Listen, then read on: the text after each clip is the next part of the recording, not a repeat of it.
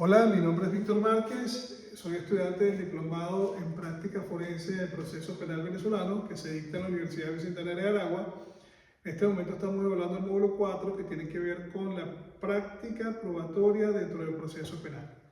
Esto es relevante dado que es de vital importancia porque dentro del proceso penal se incluyen evidencias o pruebas que van a guiar desde el inicio hasta su culminación a todo el proceso y van a vincular a los actores de diferentes maneras en cada una de las fases. En la fase preliminar, en la fase de investigación, que es guiada por el Ministerio Público a través de los fiscales, el llamado a abrir la investigación, ya sea de oficio por la denuncia de una víctima o porque una acción de uno de los organismos de seguridad del Estado genera una investigación, el fiscal del Ministerio Público debe iniciar el proceso. El fiscal debe garantizar que cada una de las evidencias que se incluyen dentro de este proceso, esta fase inicial de investigación, cumple con los criterios de trazabilidad, con los criterios de licitud, con los criterios de integridad de la prueba, de autenticidad de la prueba. ¿Por qué? Porque si en alguna circunstancia es necesario hacer un allanamiento para obtener mayores evidencias o tomar trazas telefónicas de alguno de los indiciados en el caso, debe hacerse con una orden judicial para no afectar la licitud de la obtención de las pruebas. Y así como eso, cualquier otro elemento que vincule la violación de derechos fundamentales. Por otro lado, la trazabilidad tiene que ver con que desde que se toma la evidencia hasta que se lleva a juicio, debe cumplir con los términos procesales para valorarla, para almacenarla y para considerarla como una evidencia. La integridad tiene que ver con que la prueba tiene que ser pericial, tiene que ver, en algunos casos es necesario que los peritos o los expertos evalúen las evidencias para considerarlas relevantes para el proceso. Y bueno, la integridad de la prueba también pues, tiene que ver con que esas pruebas demuestren en efecto lo que se quiere, o sea, que un documento certifique lo que se quiere hacer ver cuando se incluye como evidencia. Toda esta información se incluye en un informe final que, de acuerdo al artículo 308 del Código Orgánico Procesal Penal, el fiscal debe elaborar tomando en consideración la información de cada uno de los indiciados, los relatos de los hechos tal cual ocurrieron, la evidencia vinculada a esos hechos y la tipificación de cada uno de los delitos en cada caso según sea necesario. Esto es un acto conclusivo que elabora el fiscal, un informe con su acto conclusivo, y pasa a la siguiente fase, que es la fase preliminar, donde el juez de control actúa y ya en la base, partiendo de la oralidad y en la intervención de su parte, hace lo que es el equivalente a un filtro procesal. Hace una evaluación más profunda de las evidencias,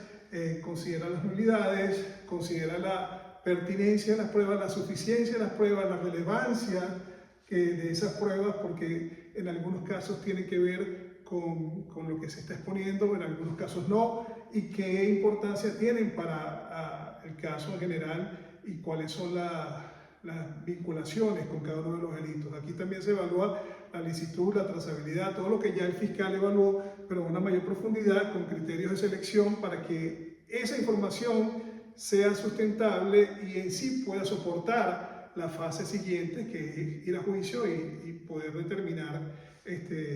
la culpabilidad o la inocencia que corresponda. Entonces ahora,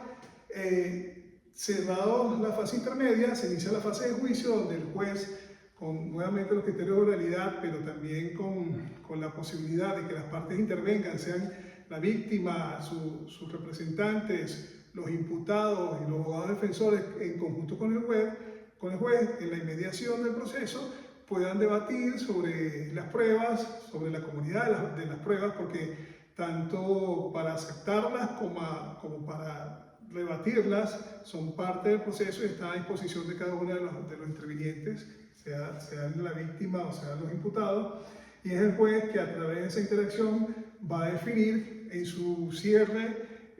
lo que sería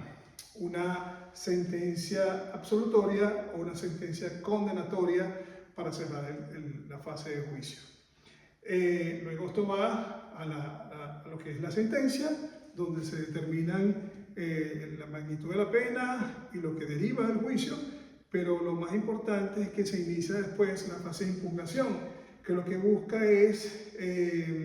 corregir los errores procesales o los errores de derecho, de interpretación que pueden haber existido en el proceso, o sea, los errores de hecho y de derecho, donde cada uno de los afectados va a tener la posibilidad, ya sea a través de la Corte de Apelaciones o la Sala de Casación, de en un caso determinar que hay errores procedimentales, que hay pruebas no consideradas, no incluidas o no evaluadas correctamente, y hay otros escenarios donde va a poderse considerar la evaluación de la interpretación de la ley en base a las evidencias suministradas. Y como se puede ver, en esta fase también las evidencias, a pesar de que ya se cerró el juicio, esta fase permite que las evidencias sigan teniendo fuerza para poder orientar la decisión final, ya sea una impugnación, ya sea un nuevo juicio o un cambio en lo que ya se había estimado en la fase de juicio, porque en algunos casos se solicitan nuevas evidencias y en algunos otros casos se vuelven a valorar las evidencias suministradas dentro del juicio, pero permite que esa impugnación ejerza el ejercicio de la ley y permita que los involucrados tengan el derecho de cuestionar o de debatir algunas situaciones que se presentaron durante el juicio. Entonces, como podemos ver, y como dije al inicio de la conversación, el manejo de las evidencias o la fase probatoria tiene diferentes visiones y cada evidencia es contrastada de diferentes puntos de vista en cada una de las fases del proceso y se convierte en la columna vertebral del proceso probatorio, del proceso judicial. ¿Por qué? Porque sin una buena evidencia no se llega a la aproximación a la justicia. Pero además de eso, no habría forma de sustentar los argumentos y de que las decisiones tengan una base jurídica suficiente. Creo que con esto queda claro que es importante la técnica probatoria, cómo se ejecuta y cómo se evalúa en cada fase, y cada una de las pruebas debe cumplir con diferentes criterios y debe ser capaz de superar positivamente la evaluación de cada uno de los criterios en cada una de las fases para que vaya en favor de los hechos y en favor del proceso. Muchas gracias.